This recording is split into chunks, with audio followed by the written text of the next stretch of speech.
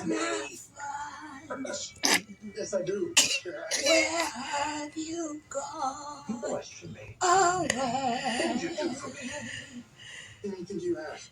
Show your balls, please. You go ahead. We love it. No. Trying to give y'all part 2 of my vulnerability story. Just wanted to continue where I was left off with, I believe, the vancomycin and so on and so forth. So, while I was in the hospital, like I said, I had the peripheral artery disease I didn't know of. I was pre-diabetic. And so when I had the debridement, that set everything off for the toe. The toe started to deteriorate slowly but surely. But at the time, they wasn't sure I wasn't sure of what was going on. But after staying in the hospital for a while, they found out that they got the infection down, and they sent me back home. And I went back to life pretty much as normal. You know, I still was working and grinding and stuff like that with the toe. It was very painful. It was sometimes that I would come home at night and I would just try to soak it. And then me not knowing I had peripheral artery disease, which I wasn't getting any blood flow, down at the bottom of my legs, it just caused so much sharp pain. I couldn't lay down. I couldn't lay down in the bed. I couldn't put my foot up. When I would put my foot up, it would hurt. How can I explain it? Electric shock going up my legs. And it would ache. You understand what I'm saying? So I would have to sleep actually in a chair. And that's how I would sleep and stuff like that. And that went on for months. I worked in many jobs with that toe situation in the leg. And so it had got to a point where it was just unbearable. I think we had went to Disney World. And we was walking. Y'all know Disney World. You walk like I don't know what.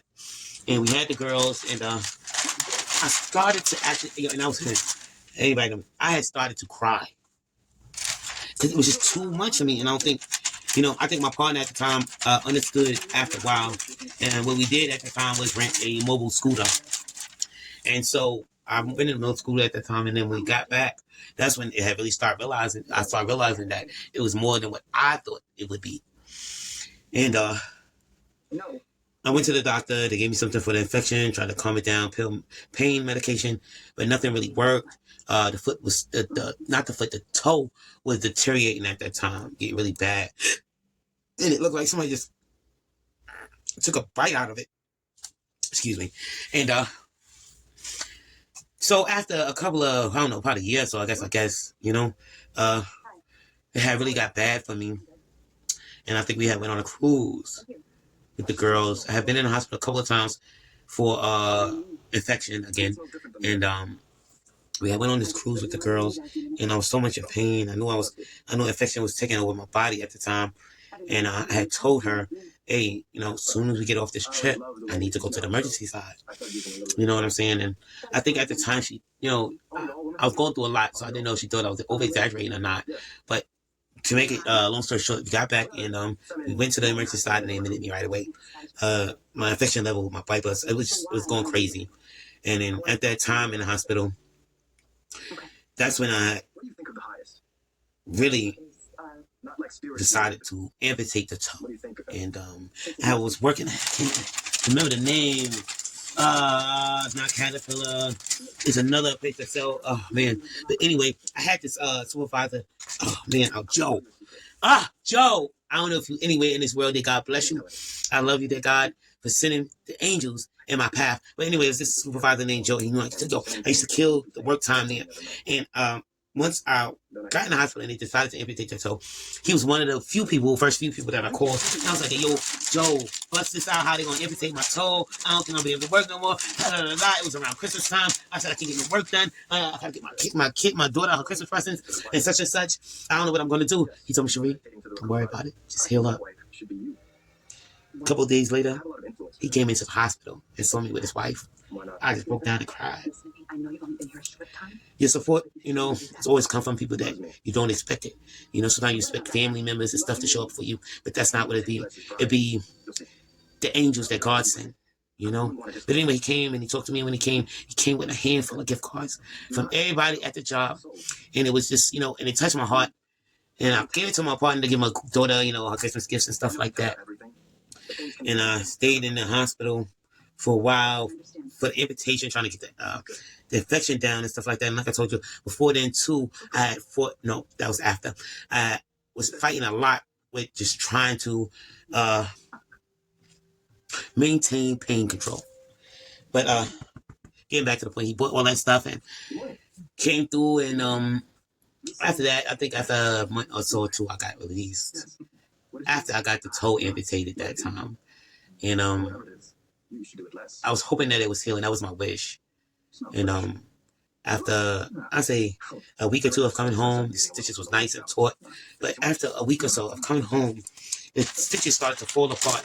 The toe started to turn black. Started to get discharge from the site. And you know, that's another thing when the discharge comes in and stuff like that, you know, and it's a certain color, you know, it's infection that used to bleed and stuff like that.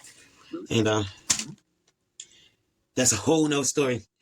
Once I got the toe amputated, it only took like about a couple of weeks for everything to go haywire with it. And I had to go start getting it debriefed by this specialist, almost every wound care specialist, every week. And every week it would just get worse and worse and worse. And then they ordered me back into surgery to get more of the toe. Because at first it was just the tip of the great toe. Then they cut all of the great toe off of it. And then after that, that went for a while, and then the second toe next to the big toe turned black, started dying off. Mad pain. And I'm gonna tell you, at the time I sat on the couch. Like I said, I couldn't lay down. I sat on the couch. That's where I used to live. That's where I used to be. That's where I used to, you know, I couldn't move nowhere really.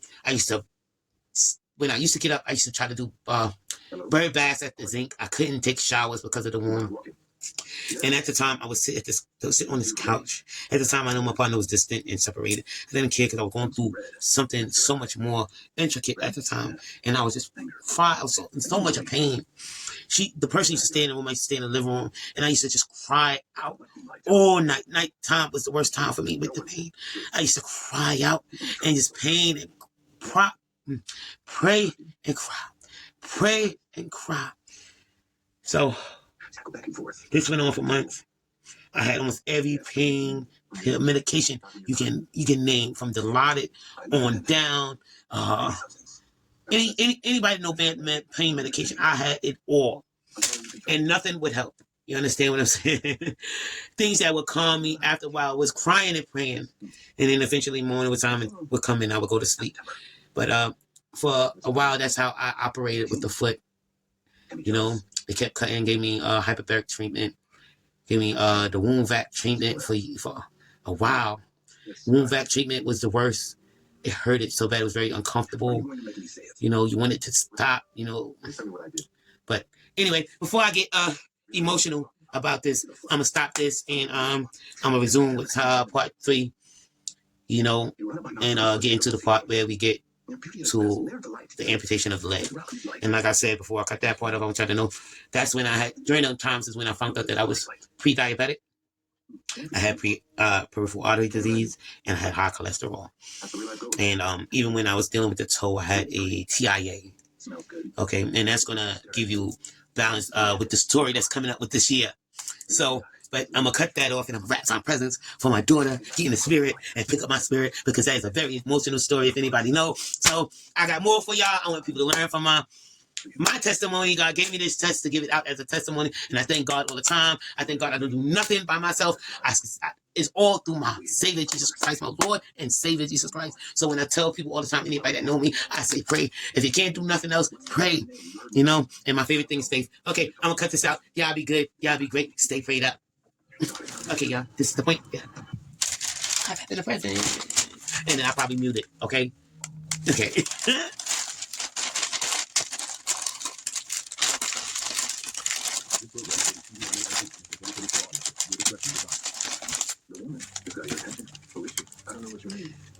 Who else wrapped presents early? I know there's a lot of people that do it. Once my daughter got older and stuff like that, that's what she likes to do. So I don't got to worry about her going in there and wrapping them and picking. My daughter's very whimsical. She loves holidays. My daughter is something else. Yeah. But I remember back in the days when it was little, you'd do it the night before and be so tired.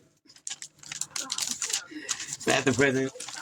Now, only thing that I'm gonna do the night before, she know that, is we might, we make our cookies and sit down, watch. I had got this. I'm gonna tell y'all a story about this, right? I had got this delivered, right? And I was looking for it because you get the text that it's been delivered. And so I go out to get it. And I see the mailman, right? And I see the mailman with his bag. And he goes across the next house across from me and delivers it. I'm confused. I didn't know if it was mine or not. So I just, and then they have another house over here with the same address as mine. So I walked over to see if it was, left over there, and it wasn't. But yeah, this is my daughter gift. And and then the person that got it just like completely like opened it up and stuff. And I guess she said she couldn't fit it because this is something that my daughter had asked for me to get. So, but I'm gonna tape this up right here and try to wrap it back up. Where's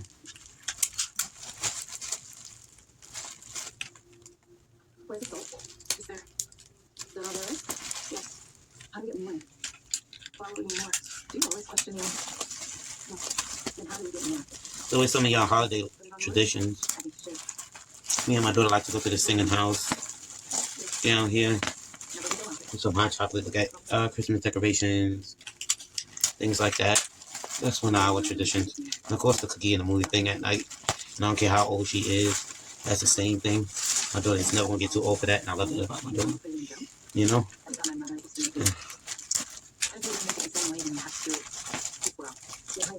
I don't want to wrap it so she can't open it, but yeah.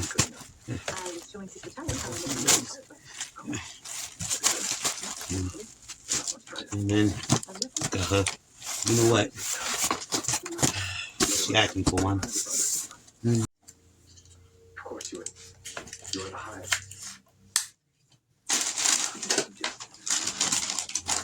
Because you are a kind, loving man. And when you are calm, I know you will see things you no harm or ill will. She is a delightful woman. I want the best for you. The best for me is to not lay with something that is a whore. But you wouldn't do that. It became unfair to get touched. Get that? Get away from me now. Yes, right. I'm sorry.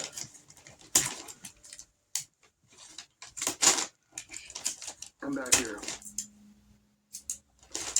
Yes, Your Highness. I'm sorry. It's okay. I know you're upset. I don't want to be the cause of you being more upset. Not you.